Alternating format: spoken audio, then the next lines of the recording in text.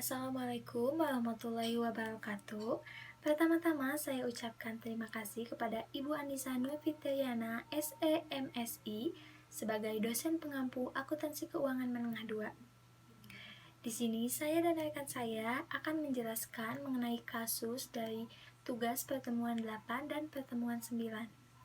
Kelompok saya yang beranggotakan saya sendiri yaitu Yasni Gusmiani dengan NPM C10200199, lalu ada Rida Lailawati dengan NPM C10200201, dan ada Nanda Nur Aini Permadi dengan NPM C10200202. Baik, langsung saja kita masuk ke penjelasan kasus yang pertama. Berikut ini adalah ekuitas PT Makmur Abadi pada tanggal 31 Desember 2014. Untuk bagian modal disetor adalah saham preferen 5% dengan nilai nominal 10.000 dengan harga 500 juta, lalu ada saham biasa dengan nilai nominal 500 dengan harga 1M. Pada tahun 2015, perusahaan mengumumkan pembagian dividen tunai sebesar 500 juta.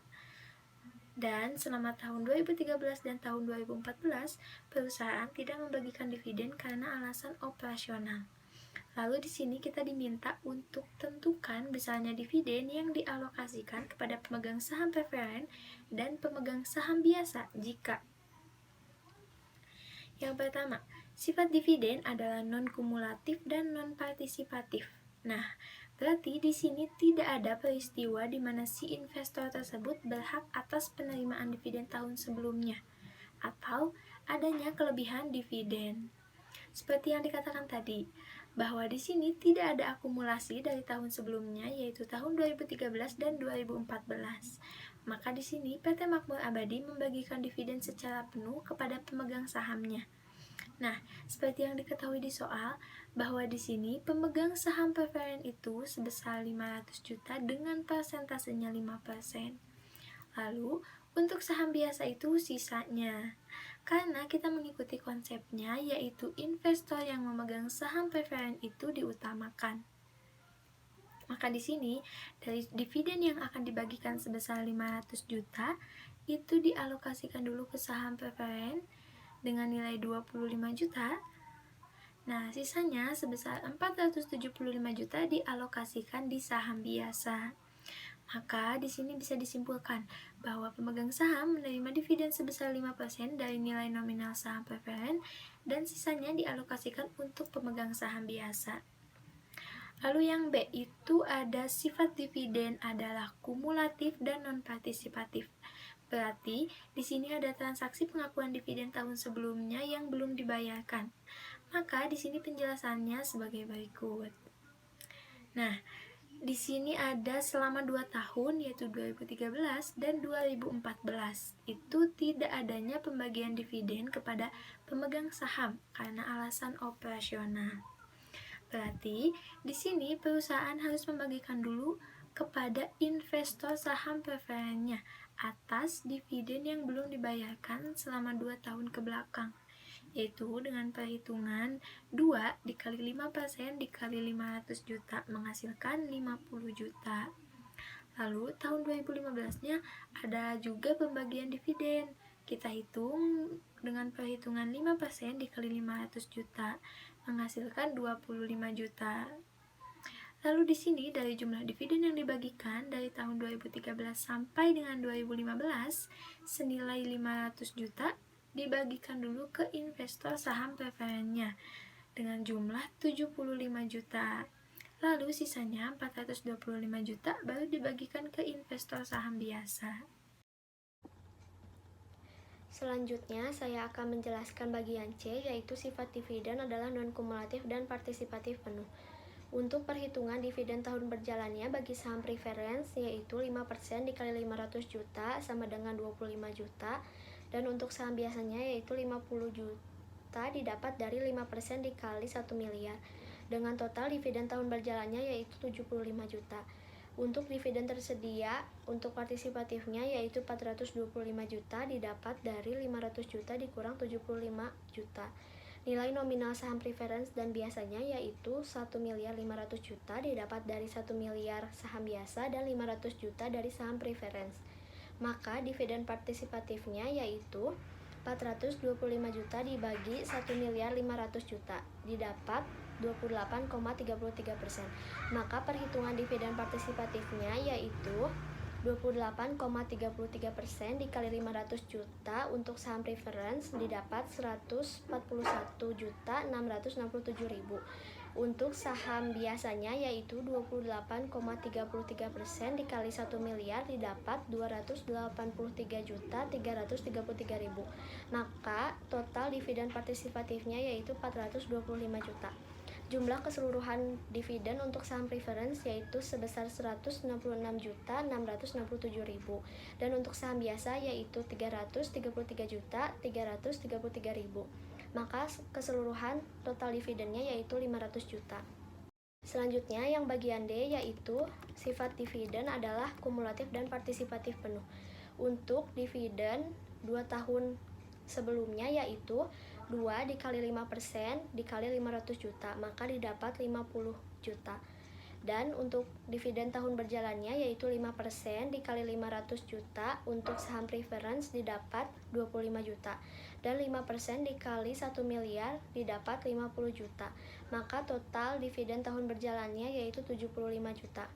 Untuk dividen partisipatifnya yaitu 25% didapat dari 375 juta dibagi 1 miliar 500 juta. Untuk perhitungannya yaitu 25% dikali 500 juta didapat 125 juta untuk saham preference dan 25% dikali 1 miliar didapat 250 juta untuk saham biasa dengan total dividen partisipatifnya yaitu 375 juta. Jumlah keseluruhan dividen untuk saham preference yaitu 200 juta dan untuk saham biasa yaitu 300 juta dengan total pembagian dividen yaitu 500 juta. Untuk pembahasan kasus 2, diketahui PT Era Baru menerbitkan saham biasa sebanyak 2.500.000 lembar dengan nominal Rp100 dan saham preferen convertible sebanyak 500.000 lembar dengan nilai nominal Rp100. Penerbitan saham dilakukan dengan lamsam dengan total nilai 1.250.000.000. Pada saat tersebut, harga saham diperdagangkan dengan nilai pasar saham biasa sebesar Rp2.400 dan nilai pasar saham preferen convertible sebesar Rp1.800. Maka penerbitan dengan metode proporsional dapat dihitung dengan mengalihkan jumlah saham yang beredar dan nilai nominal. Maka untuk saham biasa 2.500.000 lembar dikalikan dengan 2.400 maka didapat 6 miliar. Dan untuk saham preferen convertible 500.000 lembar dikalikan dengan Rp1.800 maka didapat 900 juta rupiah. Maka didapatkan untuk total nilai pasar wajar yaitu sebesar 6.900.000.000 juta. Selanjutnya untuk mencari persentase alokasi didapatkan dari 6 miliar dibagi dengan 6.900.000.000 juta untuk saham biasa, maka diperoleh 86,96%. Sedangkan untuk saham preferen convertible, persentase diperoleh dari 900 juta dibagi dengan 6.900.000 juta, maka diperoleh 13%,04. Maka jumlah alokasi dapat dicari dengan mengalihkan harga perolehan dengan persentase alokasi. Maka untuk saham biasa 1.250.000.000 dikali dengan 89,96%, maka didapatkan 1.087.000.000. Sedangkan untuk saham preferen dihitung dengan 1.250.000.000 dikalikan dengan 13,04%, maka didapat 163 juta. Maka jurnal yang harus dilakukan yaitu kas pada debit senilai 1.250.000.000. Di kredit ada saham preferen 500 lembar dikali Rp100, maka didapat 50 juta. Selanjutnya ada agio saham preferen untuk selisih yaitu didapat dari 163 juta dikurangi dengan 50 juta yaitu 113 juta. Untuk saham biasa yaitu 2.500.000 lembar dikalikan dengan Rp100, maka didapat 250 juta dan terdapat selisihnya yaitu didapat dari 1.087.000.000 dikurangi dengan 250 juta didapat 837 juta. Masuk pada pembahasan kasus pada pertemuan 9, pada kasus 1 diketahui laporan posisi keuangan pada PT KRS dilaporkan modal saham beredar sebanyak 5.000 lembar dengan nilai nominal Rp30 per lembar, tambahan modal di setor sebesar Rp80.000 dan saldo laba sebesar Rp100.000. Beberapa transaksi yang terjadi selama tahun berjalan yaitu pertama, membeli 120 lembar saham untuk dipegang menjadi saham Trisuri dengan membayar sebesar Rp60 per lembar. Yang kedua, menjual 90 lembar dari saham Trisuri pada harga Rp65 per lembar. Dan yang ketiga, menjual sisa saham Trisuri dengan harga Rp50. Maka untuk penyelesaian dengan metode biaya, yang pertama saat jurnal pembelian saham Trisuri dilakukan dengan menjurnal debit saham Trisuri sebesar 7.200 dan kredit kas sebesar 7.200 yang didapat dari 120 lembar yang dibeli dikalikan dengan nominal yang dibayarkan yaitu sebesar Rp60. Yang kedua, jurnal saat penjualan saham Trisuri di atas harga beli dilakukan dengan mendebit kas sebesar Rp5.850 yang didapat dari 90 lembar saham yang dijual dikalikan dengan 65 dan di kredit terdapat akun saham Trisuri sebesar 5.400 yang didapat dari 90 lembar saham yang dijual dikalikan dengan Rp60. Maka terjadi selisih sebesar Rp450 yang diakui sebagai agio saham Trisuri pada kredit. Yang ketiga, jurnal penjualan saham Trisuri di bawah harga beli dilakukan dengan mendebit akun kas sebesar Rp1.500 yang didapatkan dari 30 lembar dikali Rp50, mengkredit akun saham Trisuri sebesar Rp1.800 yang didapat dari 30 lembar dikalikan dengan Rp60. Maka terjadi selisih sebesar Rp300 yang diakui sebagai agio saham Trisuri pada debit. Selanjutnya, saya akan menjelaskan jurnal menggunakan metode nilai nominal. Yang pertama yaitu jurnal ketika pembelian saham Trisuri. Di debitnya yaitu ada saham Trisuri sebesar 3.600 didapat dari 120 lembar dikali 30. Lalu kita di debitnya ada juga disagio saham Trisuri sebesar 3.600. Lalu di kreditnya ada kas sebesar 7.200 didapat dari 120 lembar dikali 60. Selanjutnya ada jurnal penjualan saham Trisuri di atas harga beli. Di debitnya ada kas sebesar 5.850 didapat dari 90 lembar dikali 65. Di kreditnya ada saham Trisuri sebesar 2.700 yaitu didapat dari 90 lembar dikali 30. Lalu di kreditnya juga ada agio saham Trisuri sebesar 3.150 didapat dari 5.850 dikurang 2.700. Selanjutnya yaitu ada jurnal penjualan saham Trisuri di bawah harga beli. Di debitnya ada kas sebesar 1.500 didapat dari 30 lembar dikali 50. Di kreditnya ada saham Trisuri sebesar 900 yaitu didapat dari 30 lembar dikali 30. Maka di kreditnya juga ada agio saham Trisuri sebesar 600 didapat dari 1.500 dikurang 900. Lalu, kasus yang kedua, ada akun ekuitas dari PT LK memiliki saldo pada 31 Desember 2015 sebagai berikut. Modal saham-saham biasa nilai nominalnya 10 perak dikeluarkan dan beredarnya itu 200.000 lembar saham, dengan harga 2 juta.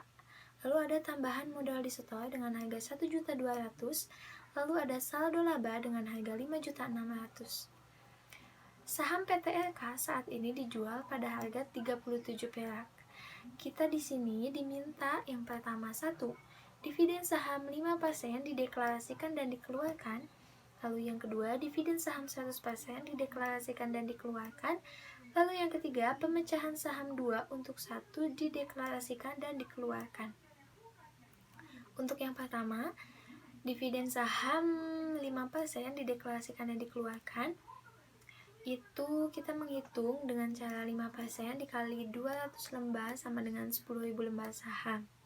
Untuk jurnal pada saat pengumumannya itu, di debitnya adalah laba ditahan dengan nominal 370 didapat dari penjumlahan dividen saham terutang dan tambahan modal disetor. Untuk di kreditnya ada dividen saham terutang dengan nominal 100.000, lalu juga ada tambahan modal disetor dengan nominal 270. Lalu ada juga jurnal pada saat penerbitan sahamnya. Di debitnya ada dividen saham terutang dengan nominal 100.000 dan di kreditnya juga ada saham biasa dengan nominal 100.000. Lalu untuk posisi ekuitas setelah saham dividen diterbitkan, untuk saham biasanya itu nominalnya 2.100.000 didapat dari 210.000 lembar saham dikali 10. Lalu ada tambahan modal disetor 1.470. Ada juga laba ditahan 5.230.000. Ini semua kita totalkan untuk menghasilkan total ekuitas pemilik dengan nominal 8.800.000.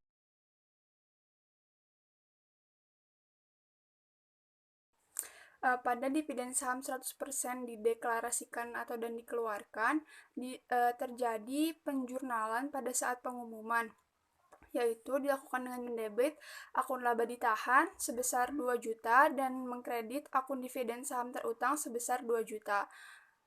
Yang kedua, jurnal pada saat penerbitan saham, yaitu di debit ada dividen saham terutang sebesar 2 juta dan dikredit saham biasa sebesar 2 juta. Maka posisi ekuitas setelah saham dividen diterbitkan yaitu saham biasa senilai 4 juta rupiah yang didapatkan dari 400.000 lembar dikali 10 rupiah, tambahan modal disetor sebesar 1.200.000 rupiah, laba ditahan sebesar 3.600.000 rupiah.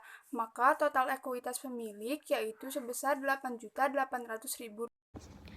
Selanjutnya yaitu ada pemecahan saham, di mana yang satu untuk dideklarasikan dan satu lagi untuk dikeluarkan.